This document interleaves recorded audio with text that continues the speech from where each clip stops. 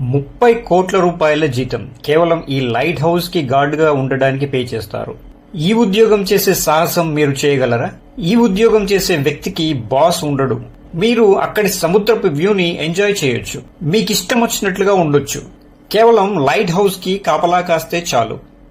30 కోట్ల రూపాయలు కేవలం ఈ లైట్ హౌస్ కి గార్డ్ గా ఉంటే చాలు. కానీ అసలు భీభత్సం ఇక్కడే మొదలవుతుంది. ఈ ఉద్యోగం ప్రపంచంలోనే అత్యంత భయంకరమైన ఉద్యోగం. అదే జూమోన్ లైట్ హౌస్ కి గార్డ్ గా ఉండటం. ఈ ఉద్యోగం చాలా ప్రమాదాల మధ్యలో ఉంటుంది. ఎందుకంటే ఇది సముద్రము మధ్యలో ఉంటుంది కాబట్టి.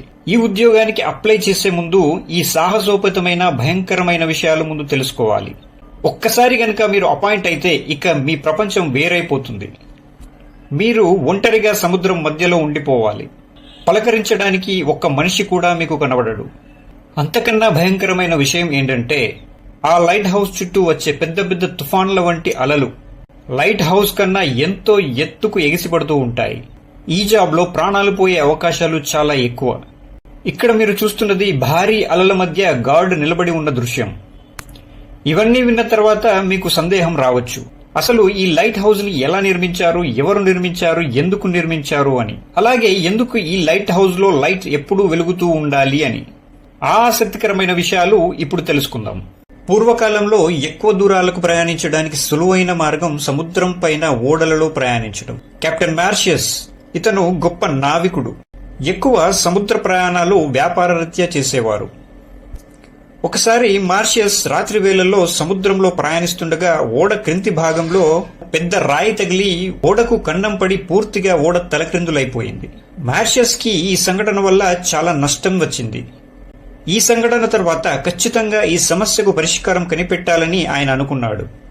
లైట్ హౌస్ నిర్మించడంలో ఇదొక కారణమైతే, ఇక రెండోది, మహాసముద్రం ఎంత పెద్దదో మనం ఊహించలేము.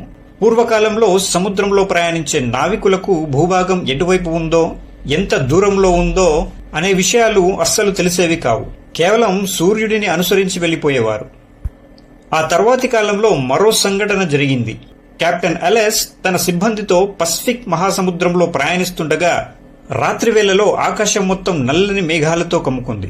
అప్పుడొచ్చిన తుఫానులో దారిని తెలుసుకోవడం చాలా కష్టతరమైంది.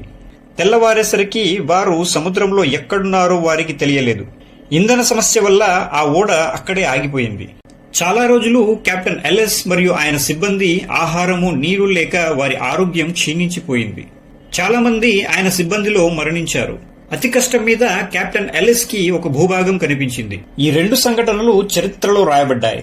తదనంతరం మహాసముద్రానికి ఆనుకొని యాన్షియన్ సిటీ ఆఫ్ అలెగ్జాండ్రా ఉండేది. ఆ నగరానికి రాజు టోలమీ II ఫిలడెల్ఫియస్. ఈ నగరం ఓడలపై సముద్ర మార్గాల ద్వారా వ్యాపార విస్తరణలో ముందంజలో ఉండేది. కానీ నగరానికి సముద్రం నుండి ఓడల ప్రయాణంలో ఒక ప్రమాదం ఉండేది. సముద్రం నుండి ఓడలు తమ నగరానికి రావడానికి సముద్రంలో ఉండే పెద్ద పెద్ద రాతి కొండలను జాగ్రత్తగా దాటుకుంటూ రావాల్సి వచ్చేది. ఏమాత్రం కొండలను ఢీకొన్న వ్యాపారంలో పెద్ద నష్టాలు వచ్చేవి. ఈ సమస్యను పరిష్కరించడానికి ఫిలడెల్ఫియస్ II ప్రముఖ ఆర్కిటెక్చర్ అయిన సోస్ట్రాటస్ ని పిలిచి ఈ సమస్యకు పరిష్కారం కోసం ఆలోచించి ఒక నిర్మాణం చేయడానికి సిద్ధమయ్యారు. అదే ఒక పెద్ద వెలుగునిచ్చే స్తంభాన్ని నిర్మించాలి అని. ఎందుకంటే చీకట్లో వచ్చే ఓడలకు దారి తెన్నులు తెలియడానికి. ఈ లైట్ హౌస్ చరిత్రలో నిలిచిపోతుందని సోస్ట్రాటస్ అప్పుడు అనుకోలేదు.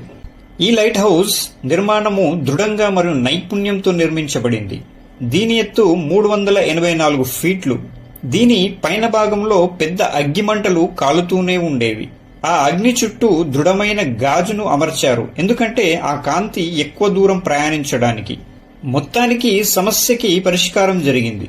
దీని నిర్మాణం తరువాత ప్రపంచంలో చాలా చోట్ల లైట్ హౌజులు నిర్మించబడ్డాయి. తరువాత కాలంలో ఎలక్ట్రికల్ బల్బులు కనుగొన్న తర్వాత వాటిని ఉపయోగించడం వల్ల మరింత దూరం వెలుతురు ప్రసరించడము మరియు స్పష్టత ఏర్పడ్డాయి. ఇది జూమోన్ లైట్ హౌస్ యొక్క సుదీర్ఘ కథ. వీడియో నచ్చితే లైక్ చేయండి. ఇటువంటి మరిన్ని ఆసక్తికరమైన వీడియోస్ కోసం నా ఛానల్ సబ్స్క్రైబ్ చేయండి, షేర్ చేయండి. Thanks for watching.